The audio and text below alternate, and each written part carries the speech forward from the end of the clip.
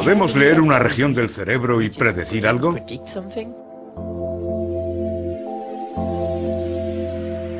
¿Pueden los publicistas controlar nuestro cerebro? Es un buen producto. Vamos a estudiar experimentos diseñados para comprender mejor el comportamiento del consumidor. ¿Lo quiere probar? Claro. ¿Es como un detector de mentiras? Hacemos preguntas a la gente y confiamos en conseguir la respuesta correcta.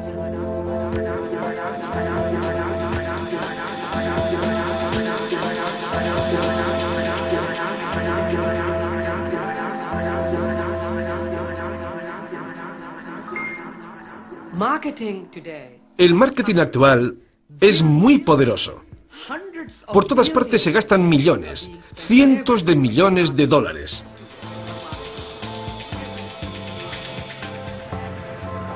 A lo largo de nuestra vida estamos expuestos a 2 millones de anuncios de televisión. Es tanto como ver 8 horas de anuncios televisivos 7 días a la semana durante 6 años. La economía está en recesión, así que cada dólar que se gasta debe tener repercusión. El neuromarketing hace que cada dólar que se gasta en publicidad sea eficaz. El neuromarketing utiliza técnicas nuevas y complejas para investigar el cerebro. Y en principio todas tienen el mismo objetivo, comprender la parte no consciente de nuestro cerebro.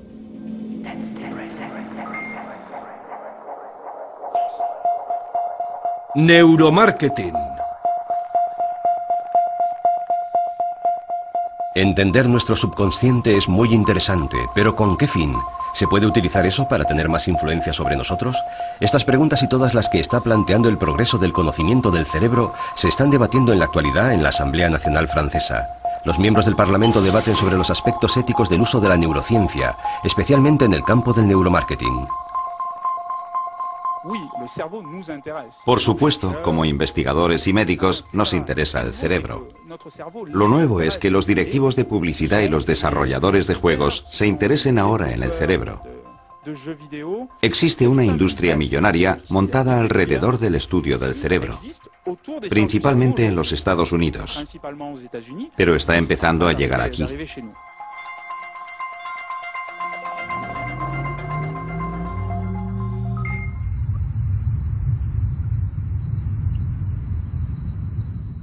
El neuromarketing es el uso combinado de técnicas de neurociencia y técnicas de marketing. Se trata de intentar comprender cómo reacciona el cerebro ante algo nuevo como productos, campañas o trailers de películas.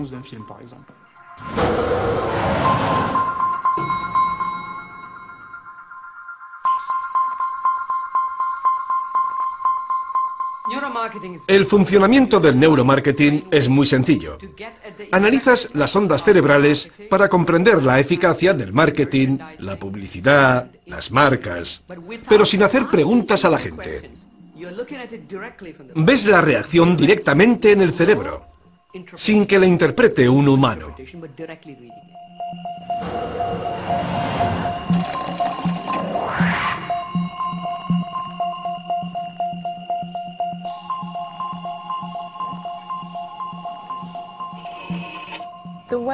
Mediante la resonancia magnética podemos diseccionar áreas del cerebro con una resolución de milímetros.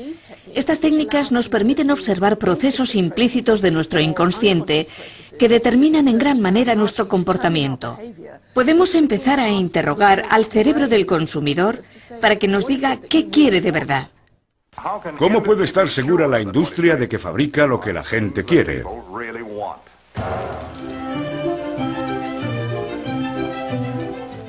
Aquí comienza la historia, en el centro de opinión.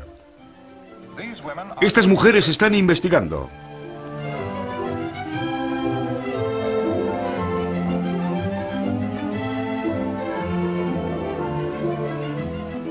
Y estas mujeres también están investigando.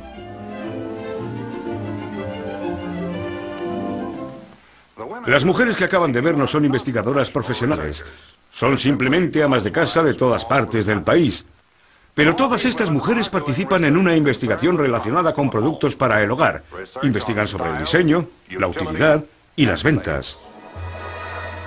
Mucho antes de que existieran este tipo de imágenes, la vida era sencilla. Había pocos objetos y se hacían sobre pedido. El mercado era local y no existía la competencia. El marketing, por lo tanto, no tenía sentido. Luego, el Homo Industrialis se embarcó en una era de producción en cadena. A partir de ese momento, el mercado se tenía que expandir y apareció la competencia. El Homo Industrialis ya no conocía personalmente a sus clientes. Primero fabricaba y luego vendía. Todo iba cada vez más rápido y el mercado se saturó. La oferta era mayor que la demanda. Luego llegó la depresión de 1929 y apareció por primera vez el marketing agresivo. Encontrar nuevos clientes y deshacerse de la competencia se convirtió en algo esencial para hacer buenos negocios. Las herramientas de comunicación se multiplicaron y las marcas empezaron a representar a los productos. Usando como base estudios sobre la conducta de los consumidores, el marketing, decían, era racional y científico. Por medio de cuestionarios y encuestas, creían haber encontrado el santo grial: conocer las preferencias de los consumidores. Cuando hay crisis y los recursos son escasos, la gente no tiene dinero para gastar, no se siente rica. En la actualidad todo el mundo se siente pobre. Hasta Bill Gates se siente pobre en la actualidad. Tenemos mucho cuidado con lo que gastamos. Por lo tanto, los publicistas tienen que trabajar muy duro para convencernos de que tienen algo que merece nuestro dinero, nuestro tiempo y nuestra atención. Me gusta esta. Yo prefiero la de la derecha. A mí me gusta esta. ¿Cómo son de exactos los centros de opinión? Hasta ahora nunca se han equivocado. Se sabe que entre el 80 y el 90% de los productos que se anuncian fracasan dentro del primer año de su salida al mercado. Se diseñan basándose en encuestas y grupos focales. Así que hay una discordancia clara entre lo que la gente dice y lo que hace. Las técnicas clásicas de mercadotecnia, como las encuestas y los grupos focales, tienen problemas graves. Las encuestas son sesgadas y los grupos focales pueden estar dominados por una persona que al hablar tenga el poder mental sobre el resto debido a su personalidad. La ventaja del neuromarketing es que desaparece la verbalización. A la gente no se le pregunta qué siente. Tomemos Apple. Si preguntas qué significa la marca Apple, puede que digan: Apple significa moderno, molón y sexy. Apple significa fácil de usar y Apple significa tecnología punta.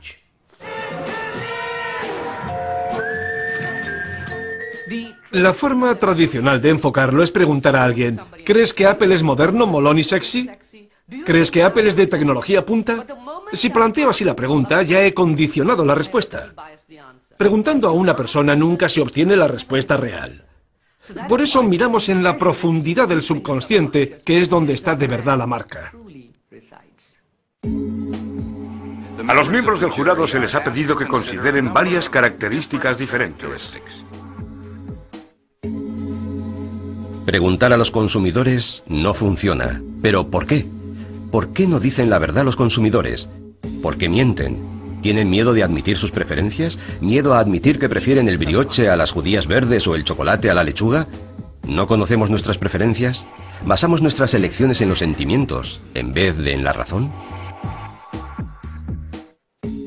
A los miembros del jurado se les ha pedido que consideren varias características diferentes. Nos tranquiliza pensar que todo lo que hacemos está sopesado y medido, pero si observamos la forma en la que tomamos las decisiones, los sentimientos tienen un papel muy importante. Al principio, el hombre necesitaba un cerebro para respirar, comer, escapar del peligro y reproducirse. Luego, poco a poco, comenzó a querer pensar, a conceptualizar y teorizar. Para hacerlo confiaba únicamente en la razón, creyendo que los sentimientos no tenían influencia. Se equivocaba. La razón no es nada sin los sentimientos. Debemos en gran parte este descubrimiento reciente al estudio de un personaje extraordinario, el norteamericano Phineas Gage. Phineas trabajaba en obras de construcción de ferrocarril a mediados del siglo XIX.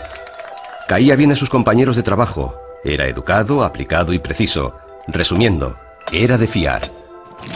Hasta el día que por accidente una palanca le desprendió parte del cerebro.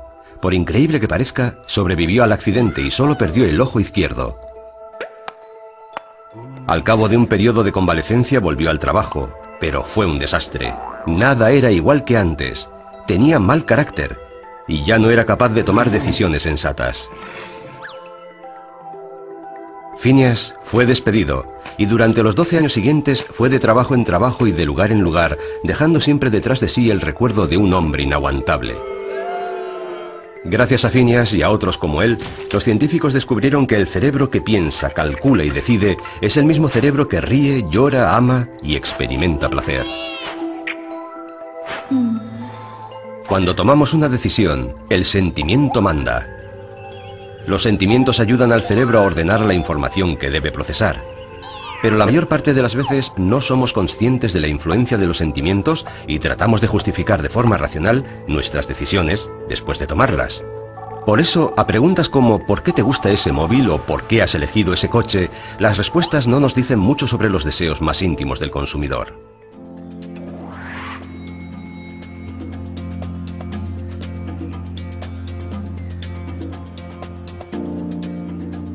Lo que hacemos a diario es irracional. Es gracioso que como consumidores pensemos que somos profundamente racionales. El 85% de nuestra conducta es completamente irracional. Y esa es la razón por la que nos afectan las marcas. Porque a fin de cuentas las marcas son sentimientos que aplicas al producto. No puedes tocarlo, no puedes darte cuenta, simplemente está en tu cerebro. Esa es la razón de que el neuromarketing esté cobrando tanta importancia. La industria ha buscado con desesperación formas de entender la mente irracional. Hay una gran batalla por establecer el prestigio de marca en nuestro cerebro.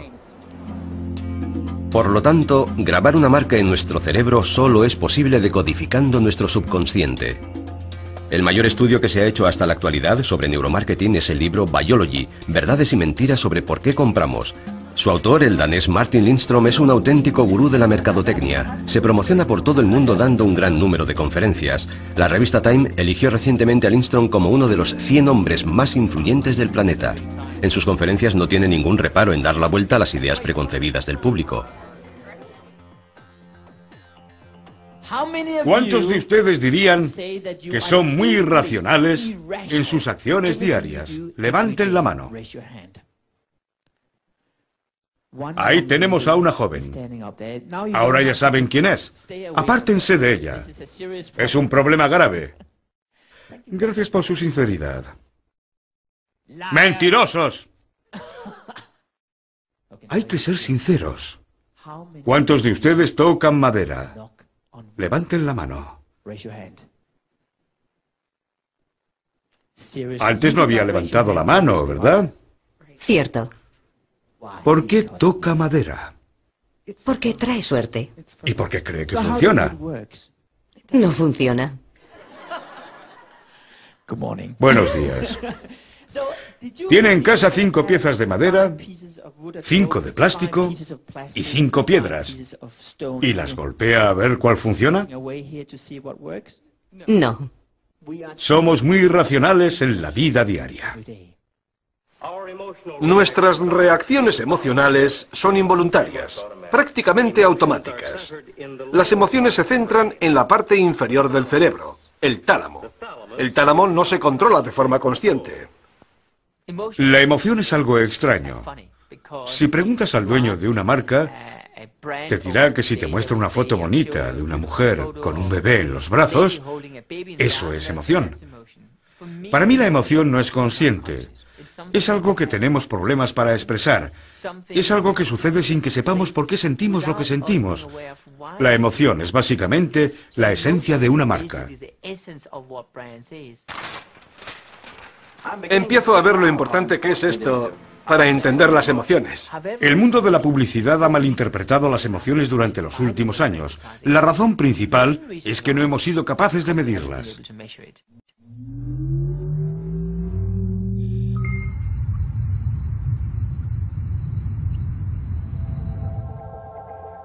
Mide y graba todo tipo de respuestas emocionales. Los psicólogos y médicos llevan mucho tiempo intentando medir las emociones. Los directores de marketing también. Comprensión de lo que nos impulsa a niveles profundos, de lo que motiva nuestras elecciones. Eso es lo que ofrecen la mayor parte de las empresas de neuromarketing. En este experimento vemos que la temperatura de la piel desciende poco a poco del punto 80 de la escala hasta el 65.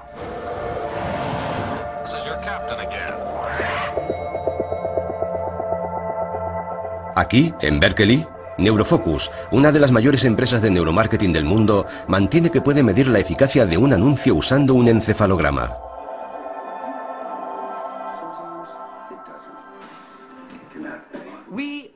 Observamos las ondas cerebrales. Tenemos 64 sensores.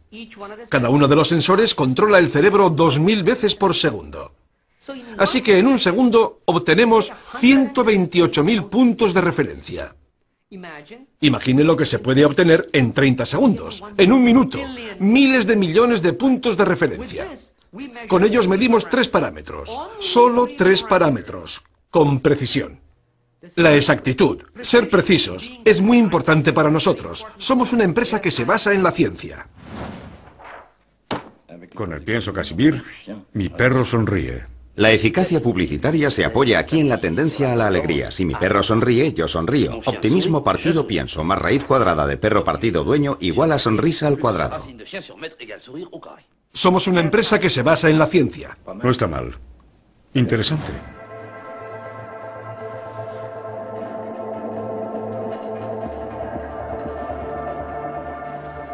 Medimos las ondas del cerebro en respuesta a un anuncio de 60 segundos. A partir de ahí estudiamos 3 parámetros que son atención, emoción y memoria.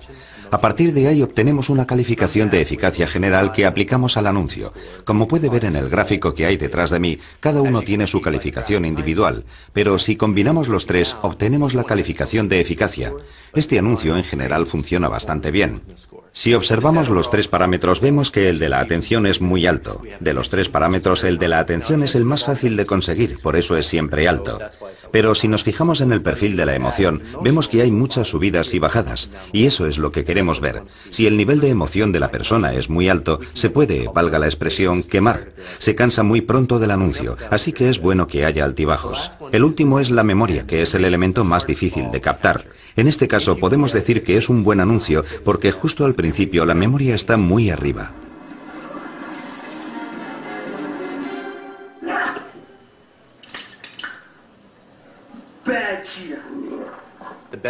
Lo mejor es conseguir que la marca despunte al final, como vemos aquí. Eso significa que lo adecuado es colocar el mensaje o la marca al final, porque el consumidor se irá recordando la marca.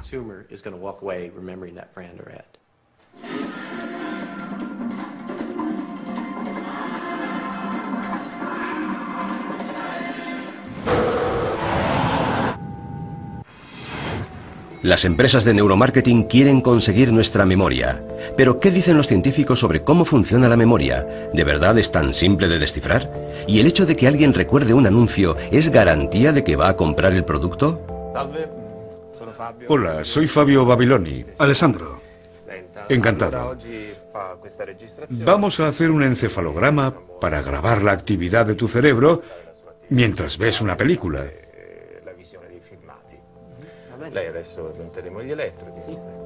Aquí, en Italia, Fabio Babiloni, un investigador en neurociencia, intenta descubrir la forma en que funciona la memoria, pero no por las mismas razones. Él y su equipo intentan comprender los mecanismos de funcionamiento del cerebro, observando la actividad de un cerebro que recuerda y la de un cerebro que olvida. La mejor forma de hacerlo es usando anuncios. Perfecto, ci siamo. Ahora que tienes el gorro, empezaremos a grabar mientras ves la película. Es importante que estés relajado. No te muevas mucho.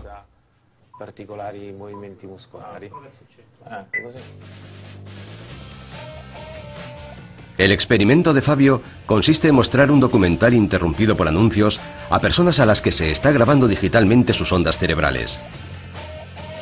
Sus conejillos de Indias no saben lo que está buscando el científico, ni lo que se les preguntará más tarde. Babiloni los invita a volver una semana más tarde y les pregunta qué anuncios recuerdan. Sorprendentemente, un anuncio que se recuerda no genera la misma actividad en el cerebro que uno que se olvida. Hi, babe.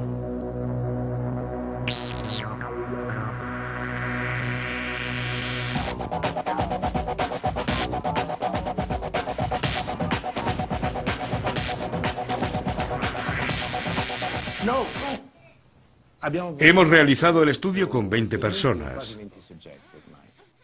El resultado de los experimentos muestra que cuando observamos algo que vamos a olvidar, las zonas activas del cerebro están muy aisladas.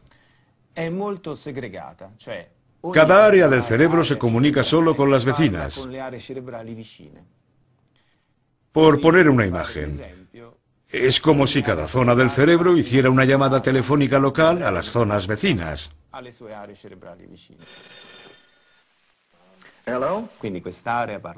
Una zona habla con esta otra, pero no con las demás. Otra zona habla con esta de aquí, pero no con aquella de allí.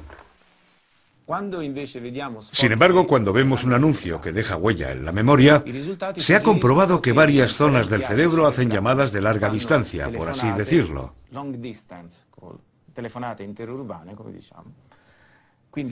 Así que esta zona habla con esta y con las demás. Todas las zonas se comunican de forma más intensa.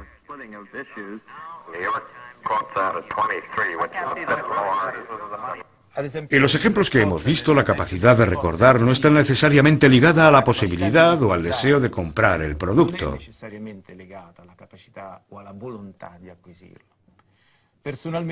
Por ejemplo, estoy seguro de que todos recordamos anuncios malísimos y productos que no tenemos intención de comprar.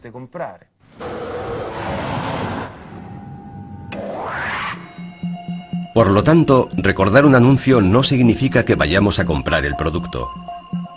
Pero ¿qué pasa con los sentimientos? ¿Intervienen en la decisión de comprar? ¿Y por qué tanto interés en el proceso de tomar decisiones? Porque sin darnos cuenta, estamos constantemente tomando decisiones. Desde la ropa que vestimos a las acciones que realizamos en nuestra vida diaria, nuestra vida es una sucesión de decisiones. Aquí, en Palo Alto, los investigadores están interesados en el papel que tienen las emociones en la toma de decisiones. Con eso en mente, observan cómo se toma la decisión de hacer una compra, porque es rápido y fácil de observar. Lo que le interesa a nuestro laboratorio, igual que a varios otros, es lo que sucede a nivel emocional, no como resultado de algo que ha sucedido, que has sacado un sobresaliente o has ganado $100, por ejemplo, sino antes de que el suceso ocurra, antes de que tomes una decisión y antes de que sepas el resultado. Estás en un determinado estado emocional y si lo estás, ¿puede influenciar tu decisión y tu conducta? Hicimos un experimento con el que queríamos averiguar cómo compra la gente las cosas. Porque comprar cosas es una decisión económica que casi todos realizamos. Y tiene un interés para economistas, publicistas, psicólogos, etc. Para comprobar si las emociones pueden predecir nuestro comportamiento de compra, Brian Hudson pidió a sus conejillos de Indias que compraran mientras eran observados con un escáner de resonancia magnética. Al comienzo del experimento se les entregó $40. Luego se les mostró una serie de productos que podían comprar o no. Los conejillos de Indias se podían quedar con las compras y llevarse el dinero que sobrara. Lo más sorprendente fue que Brian Hudson pudo predecir sus decisiones de compra antes de que las dijeran, simplemente observando la actividad de su cerebro. Descubrimos que si observábamos la actividad en cierta parte del cerebro relacionada con expectativa de cosas buenas, llamada núcleo accumbens, cuando la gente veía un producto, si veíamos más actividad en esa zona, la gente era más propensa a decir sí, incluso antes de haber visto el precio. Pero si al ver el precio veíamos que se activaba otra parte del cerebro que parece estar relacionada con la expectativa de cosas malas, además de otras funciones como la expectativa de recibir un golpe, de ver una foto desagradable o ver a alguien sufriendo, si veíamos actividad en esta región llamada ínsula, cuando la gente veía el precio, eran más propensos a decir no.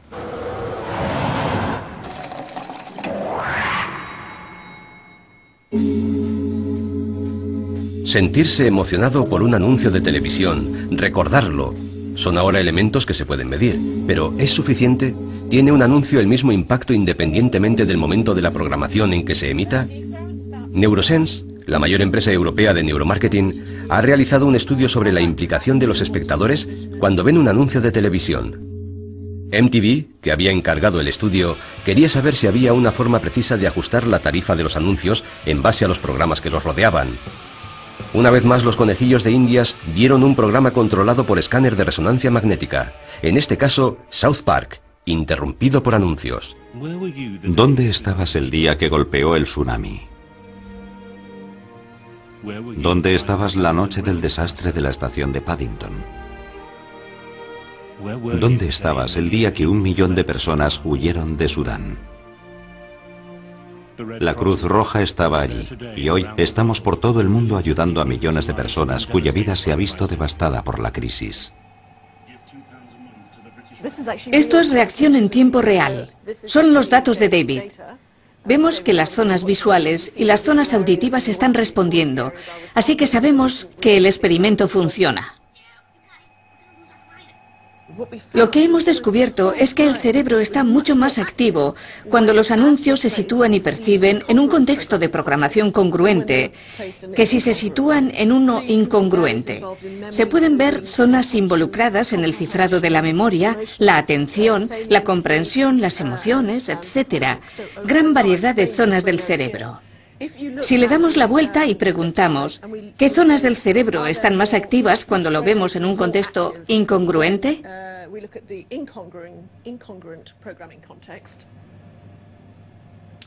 Vemos esto. Exacto. Son los datos recogidos ante exactamente los mismos estímulos.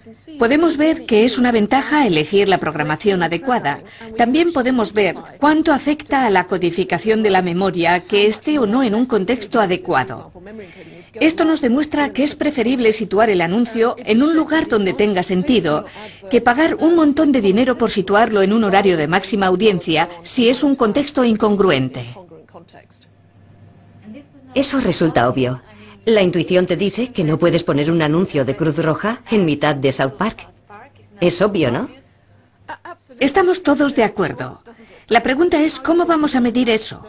¿Cómo se mide eso para conseguir que la industria cambie de forma de hacer las cosas y actúe de forma que a nosotros nos parece que debería hacerse, incluso por sentido común?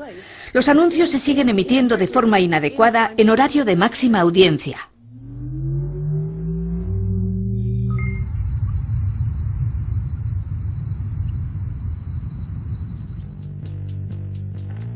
Ustedes y yo estamos expuestos a 2 millones de anuncios de televisión a lo largo de nuestra vida. Eso equivale a ver 8 horas de anuncios de televisión 7 días a la semana durante 6 años. No podemos recordar todo ese material, así que para poder sobrevivir tenemos que seleccionar. Lo que sabemos es que el cerebro selecciona por nosotros. Si no lo hiciera, se colapsaría como un ordenador. Recordamos las cosas que están en un contexto, que son relevantes para nosotros. Las cosas que están fuera de contexto, el cerebro literalmente las borra. ¿Y saben qué? El 99% de los anuncios que vemos en la actualidad están fuera de contexto. Por eso no funcionan. Por eso estamos irritados como consumidores. Buenas noticias. Nuestro cerebro, que al parecer es bastante inteligente, selecciona entre la masa de anuncios que nos rodean. Sin embargo, aunque sea capaz de seleccionar, lo que más le gusta es el sosiego. Y ahí es donde Lindström ha hecho un descubrimiento sorprendente. El sentimiento de seguridad y pertenencia al grupo funciona en nuestro cerebro exactamente igual respecto a las marcas de lo que lo hace respecto a la religión. Para respaldarlo, ha acudido a un sacerdote.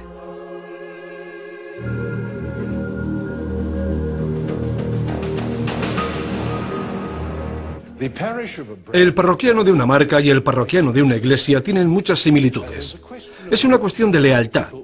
La gente hace una elección y la fidelidad a esa elección les proporciona un sentimiento de felicidad. Porque sea cual sea la elección que han hecho, refleja una preferencia, algo que les hace sentir bien, algo que proporciona satisfacción.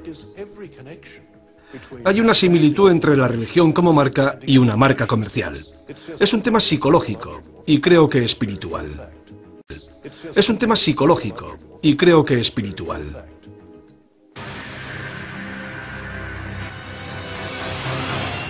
Hace exactamente 3 años decidí subirme a un avión como resultado del proyecto Biology. Quería encontrar cuáles eran los pilares que hacen tan poderosa a la religión. No digo que estemos creando una religión, estamos aprendiendo del mundo de la religión.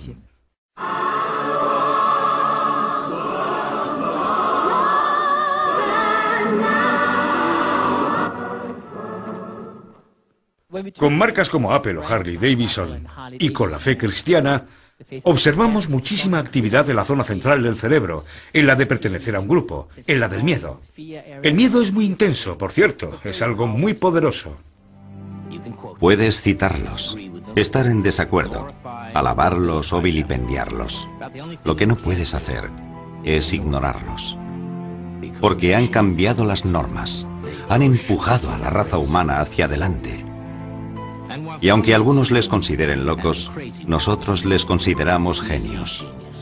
Porque aquellos que están lo bastante locos como para creer que pueden cambiar el mundo, son los que lo cambian. Mientras que si tomamos marcas como BP o Microsoft, al contrario que con las anteriores, no hay prácticamente actividad. Resulta muy interesante, porque indica que la religión no ha durado más de 2000 años por casualidad, sino porque tiene elementos fundamentales que afectan a nuestra conducta. Y como vivimos en un mundo en el que el miedo afecta mucho a nuestras vidas, tiene sentido que las marcas empiecen a aprender de la religión. Éxodo, año 40.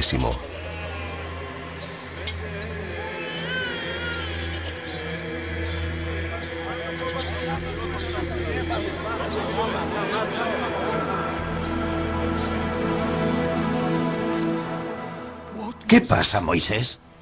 Nos hemos perdido.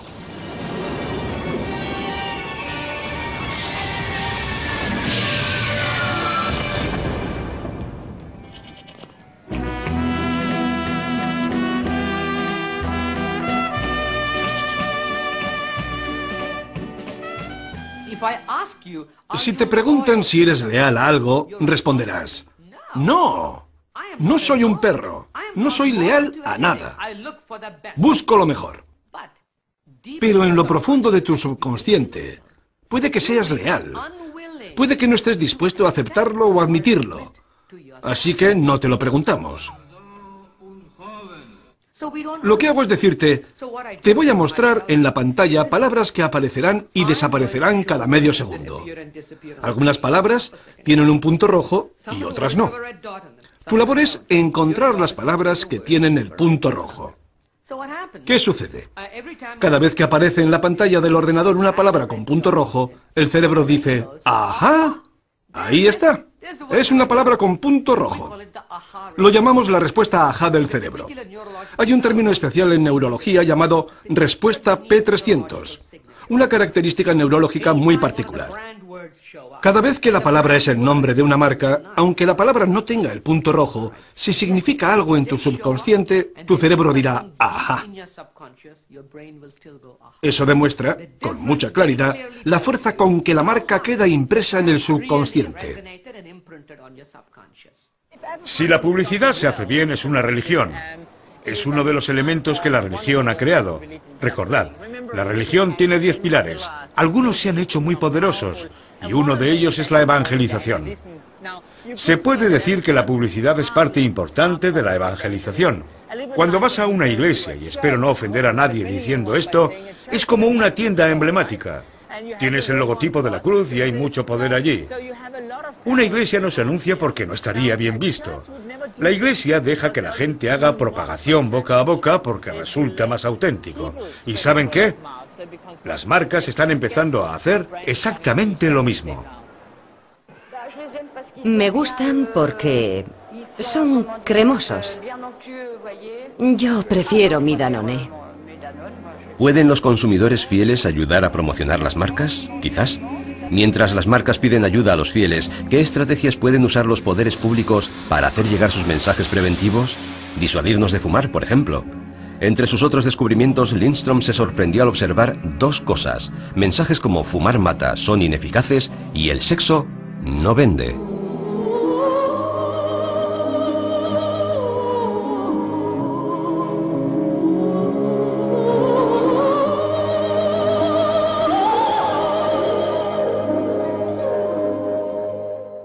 Para mí los descubrimientos más sorprendentes de Biology fueron dos. Uno fue comprobar que los avisos sobre salud de los paquetes de cigarrillos no funcionan. De hecho, tienen el efecto totalmente opuesto, lo que fue una sorpresa para mí.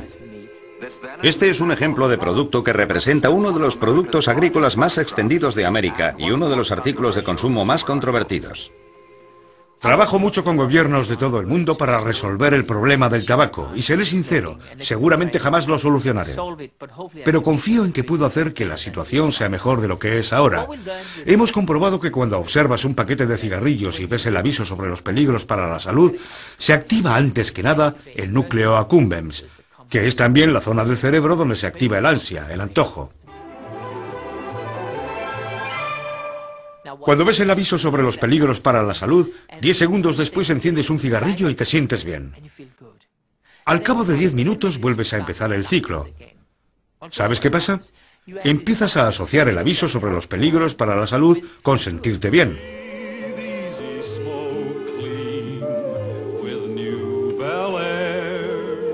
Lo que queremos hacer es revertirlo, deshacer la asociación entre el aviso sobre la salud de me siento bien. La forma de hacerlo es cambiar continuamente el formato del aviso de peligros para la salud. Un día está en blanco, otro es un texto, el tercer día es una foto, el cuarto todo el paquete es rojo. Hay que cambiar el color, la forma, el formato.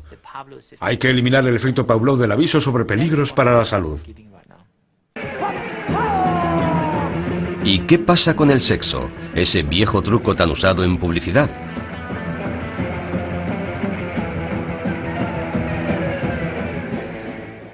El sexo en publicidad no vende. Lo hemos aprendido con Biology.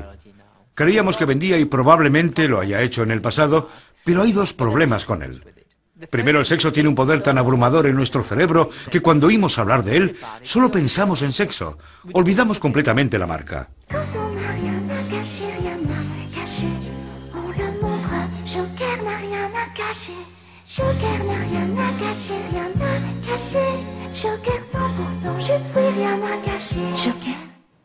El segundo, que en la actualidad el sexo es algo fácilmente accesible. Pueden ir a Internet y encontrarlo en 2 minutos. Ya no está envuelto en misterio, como lo estaba hace 10 años. Debido a eso, es algo que no atrae la atención. Recuerdo que en Francia, hace muchos años, aparecía una mujer en un cartel con la leyenda «La próxima semana te enseñaré más». La campaña fue un éxito increíble. Fue muy controvertida, y por eso estamos hablando de ella hoy. En la actualidad no funcionaría. Si hicieras eso hoy en Francia, nadie reaccionaría porque lo hemos visto todo. El sexo no vende.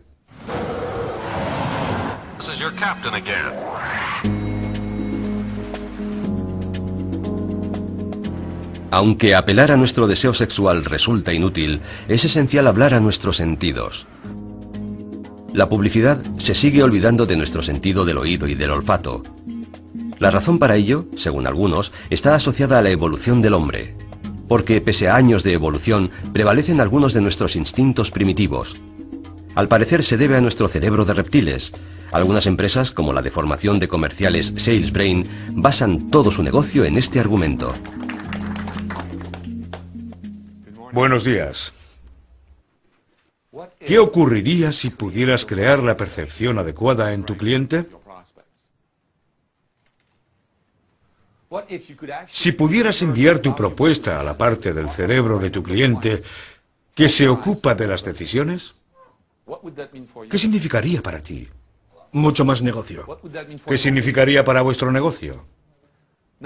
¿Qué os parece si el neuromarketing os pudiera dar una fórmula sencilla para hacerlo? Si pudierais crear la conversación de ascensor infalible en solo 3 horas. Me gusta vender, me gusta el trabajo. Espero gustarle yo al trabajo. ¿Merecería la pena que le dediquéis esta mañana? ¿Os servirá para el trabajo en los próximos 10 años? Sí.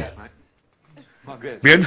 Buenos días. Me llamo Patrick Rembois, soy francés. Nadie es perfecto. Como sabéis, llevo toda la vida entre las ventas y el marketing. Un día descubrí que no estaba satisfecho con la preparación como vendedor que me habían dado, así que decidí escribir mi propio método. Lo que quiero hacer con vosotros hoy es daros una visión práctica de lo que sabemos sobre cómo funciona el cerebro. Ayudamos a las empresas a apretar el botón de comprar en el cerebro de su público. El método SalesBrain es aplicable a todo el mundo porque se basa en la influencia. Lo pueden aplicar los que venden aviones Airbus, plantas nucleares y yogures, e incluso las madres que quieren que sus hijos salgan hacia el colegio a tiempo. Voy a sintetizar en una diapositiva lo que sabemos sobre el proceso de toma de decisiones. Como pueden imaginar, es una descripción muy simplificada de lo que sucede, pero es muy eficaz a entender para lo que hacemos en el marketing y las ventas. Esto es lo que los neurólogos han descubierto utilizando la resonancia magnética y otros métodos para estudiar el cerebro. El gatillo del cerebro es la parte superior del tronco del encéfalo y la porción que une ambos hemisferios. En la literatura médica se refieren a él como el cerebro antiguo. A veces la gente lo llama el cerebro de reptil y otras veces lo llaman el sistema límbico. Da lo mismo como lo llamemos, lo que importa es que para tomar decisiones usamos la parte más antigua del cerebro. Eso es una buena noticia. Y también una mala. La mala es que decidimos con el nivel de un cocodrilo. ¿Por qué? Porque compartimos este cerebro con los reptiles. El cerebro de los reptiles es muy antiguo. Tiene 400 millones de años. Es lo que los neurólogos llaman cerebro preverbal.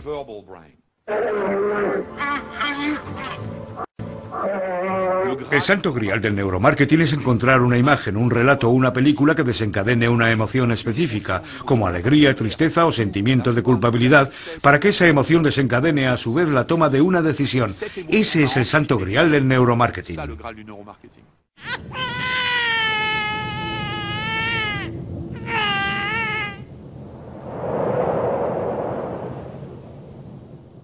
Recuerda las sensaciones de tu primer airbag.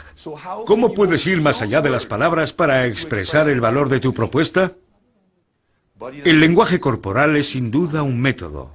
Y vamos a estudiar lo que necesitas para hablar a un órgano que no entiende las palabras. Ya he hablado de la mala noticia, pero ¿sabéis? También hay una buena. Ese cerebro es tan antiguo, tan primitivo, que resulta casi predecible. Es fácil echar la culpa al cerebro primitivo, también llamado cerebro de reptil. Según la teoría desarrollada en la década de los 60, el cerebro está compuesto por 3 estratos. La teoría afirma que el cerebro arcaico, el famoso cerebro de reptil, forma el estrato más antiguo. Heredado de los reptiles, este estrato controla una determinada cantidad de conductas reflejas, como la agresividad y la huida. El estrato central, heredado de los primeros mamíferos, es responsable de comportamientos más complejos, relacionados con la memoria y la emoción. El estrato superior, el neurocórtex, facilita el pensamiento abstracto y el lenguaje. Derivados de las diversas etapas de la evolución, estos 3 cerebros tienen dificultades para comunicarse entre ellos, algo parecido a los ordenadores cuando se enfrentan a un nuevo sistema decodificado. El problema con esta teoría es que descansa sobre nociones falsas de la anatomía y las funciones del cerebro, y una imagen falsa acerca de cómo ha evolucionado el cerebro de unas especies a otras a lo largo de millones de años. En otras palabras, si te enfadas, no eches la culpa a tu cerebro de reptil. La idea de que pueda haber una especie de gatillo en el cerebro menosprecia nuestro sistema más complejo. El cerebro es el órgano más complejo de nuestro cuerpo, en términos tanto de estructura como de funcionamiento. La idea de que tengamos una protuberancia y un botón de compra es científicamente falsa, pero es un buen argumento de marketing. Paul Valéry decía con frecuencia que lo que es simple es falso y lo que no es simple es inútil. Cuando se trata de vender, el neuromarketing oirá a la gente hablar de cerebros de reptil, botones de compra, decisiones instantáneas, contraste y miedo. Desgraciadamente para los publicistas y por suerte para nosotros, los consumidores, descifrar el cerebro es algo que todavía está muy lejos.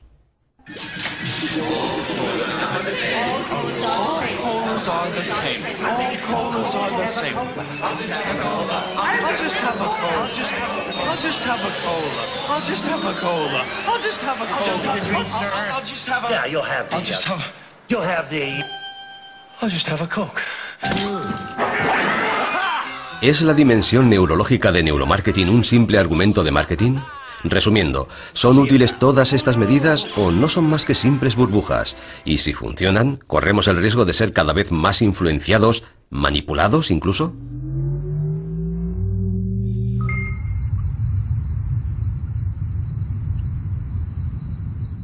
En la actualidad, ningún publicista sincero te dirá que tiene la solución definitiva. Por ejemplo, un anuncio que es 100% eficaz gracias a la neurociencia. Los invasores y los empresarios sobreestiman lo que sabemos sobre el cerebro. Por otro lado, sería hipócrita decir que el neuromarketing no funciona, que es inútil. En la actualidad, la neurociencia puede ayudar a descifrar o a tratar con ciertas situaciones, y todos estamos de acuerdo en que añade algo en este campo. Si añade algo a estudios de este tipo, que se realizan por el bien del público, por así decirlo, puede ayudar a comprender la conducta de los consumidores. Nunca tendremos nada que ver con la manipulación. Simplemente medimos. No creamos anuncios. No creamos nada subliminal, ni nada parecido.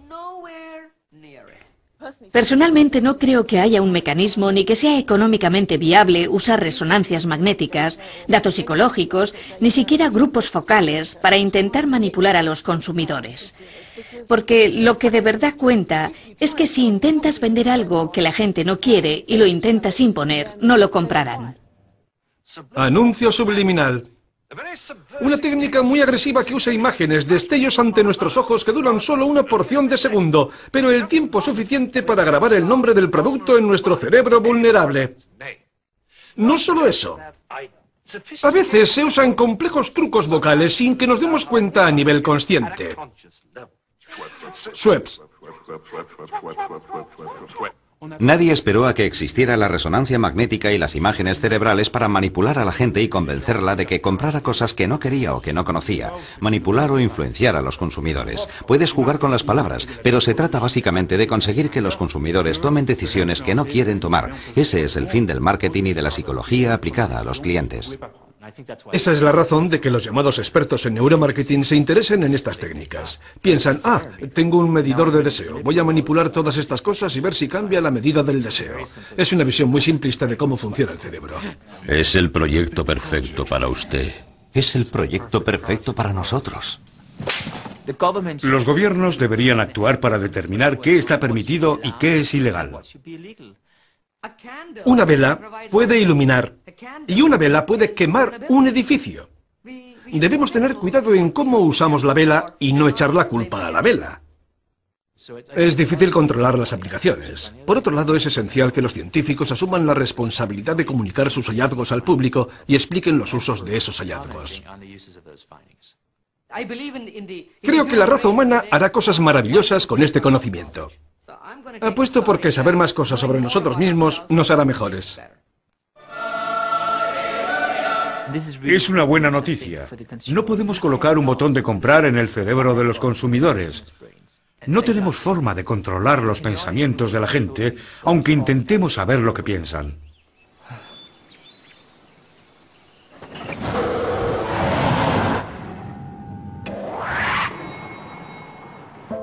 Así que podemos estar tranquilos. La ciencia y la ciencia del neuromarketing en particular tienen sus límites.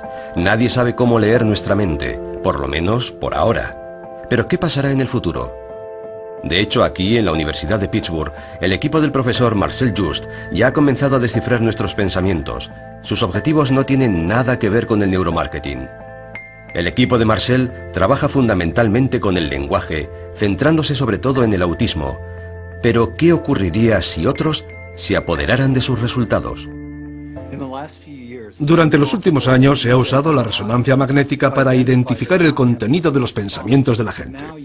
Ahora, usando tecnologías nuevas, usando máquinas inteligentes, estamos pudiendo descubrir la relación entre determinadas pautas de la actividad del cerebro y pensamientos específicos. ¿Cómo estás, Justin? ¿Preparado para comenzar? Estupendo. Durará unos 5 minutos y medio. Permanece lo más quieto que puedas. Marcel Just y su equipo han desarrollado un software capaz de reconocer palabras como teléfono o tronco al ser pensadas por las personas a quienes realizan la resonancia magnética. El ordenador adivina las palabras observando la actividad del cerebro. Creo que la palabra es apartamento. Exacto, esa es. Ha conseguido 10 de 10 en un test de 2 posibilidades. Un marcador perfecto. Eso significa que todos nosotros, hasta cierto punto, cuando pensamos en una silla, una manzana, un martillo o en cualquier objeto físico, ocurren las mismas cosas en el cerebro.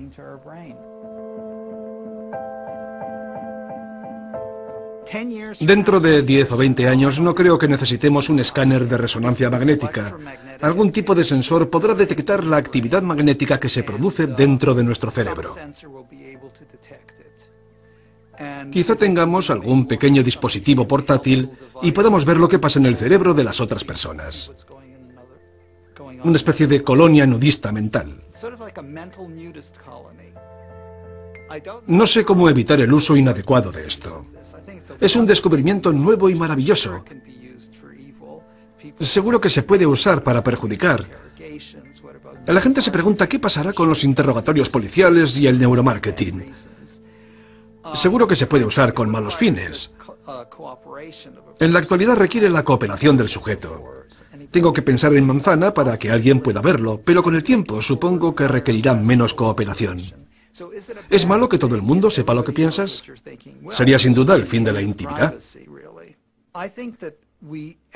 A medida que la ciencia avanza, el potencial de manipular para bien o para mal a la humanidad se va haciendo enorme, descomunal.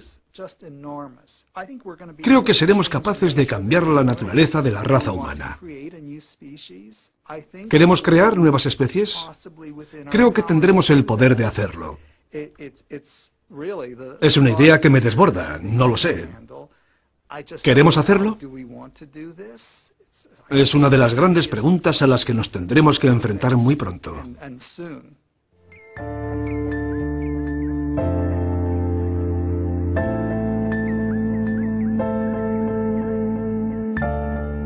Experimento completado. Gracias por participar.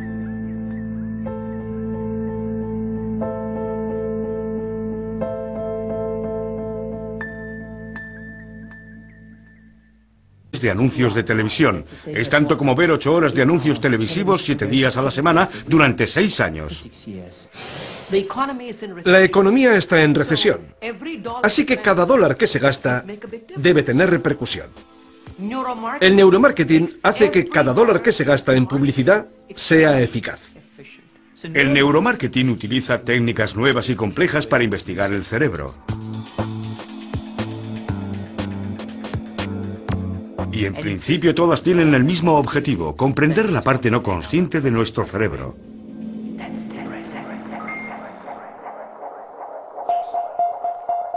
Neuromarketing.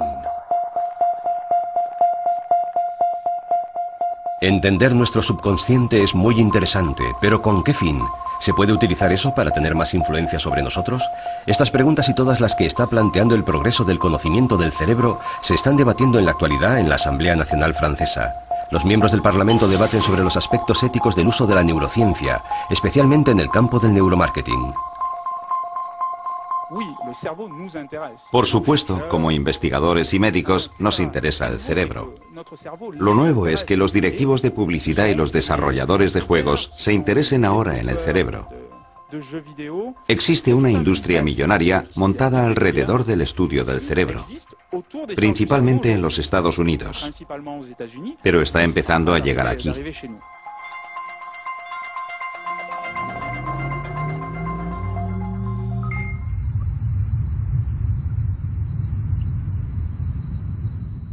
El neuromarketing es el uso combinado de técnicas de neurociencia y técnicas de marketing. Se trata de intentar comprender cómo reacciona el cerebro ante algo nuevo como productos, campañas o trailers de películas.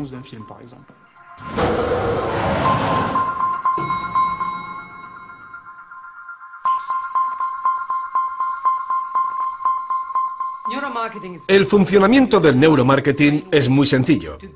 Analizas las ondas cerebrales para comprender la eficacia del marketing, la publicidad, las marcas, pero sin hacer preguntas a la gente. Ves la reacción directamente en el cerebro, sin que la interprete un humano.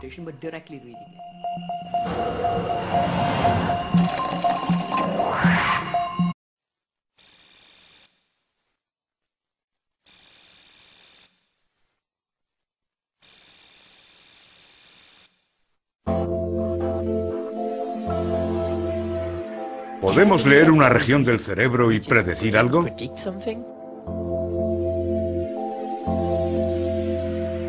¿Pueden los publicistas controlar nuestro cerebro? Es un buen producto. Vamos a estudiar experimentos diseñados para comprender mejor el comportamiento del consumidor. ¿Lo quiere probar? Claro. ¿Es como un detector de mentiras? Hacemos preguntas a la gente y confiamos en conseguir la respuesta correcta.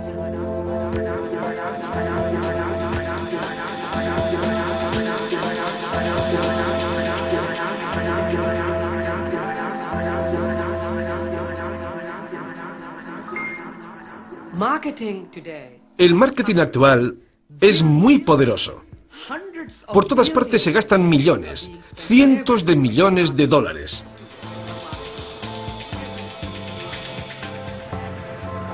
A lo largo de nuestra vida estamos expuestos a 2 millones para el hogar. Investigan sobre el diseño, la utilidad y las ventas. Mucho antes de que existieran este tipo de imágenes, la vida era sencilla. Había pocos objetos y se hacían sobre pedido. El mercado era local y no existía la competencia. El marketing, por lo tanto, no tenía sentido. Luego, el Homo Industrialis se embarcó en una era de producción en cadena. A partir de ese momento, el mercado se tenía que expandir y apareció la competencia. El Homo Industrialis ya no conocía personalmente a sus clientes. Primero fabricaba y luego vendía. Todo iba cada vez más rápido y el mercado se saturó.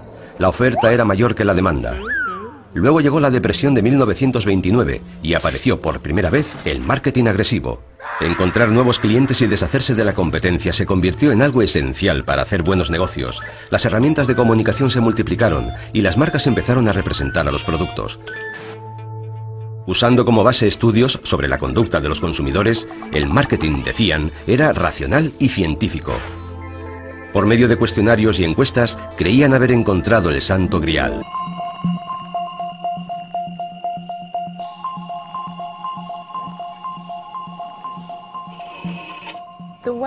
Mediante la resonancia magnética podemos diseccionar áreas del cerebro con una resolución de milímetros. Estas técnicas nos permiten observar procesos implícitos de nuestro inconsciente que determinan en gran manera nuestro comportamiento. Podemos empezar a interrogar al cerebro del consumidor para que nos diga qué quiere de verdad. ¿Cómo puede estar segura la industria de que fabrica lo que la gente quiere?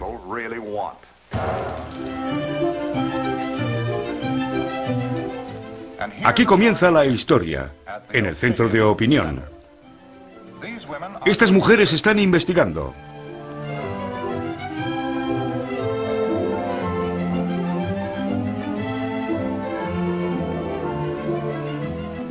Y estas mujeres también están investigando.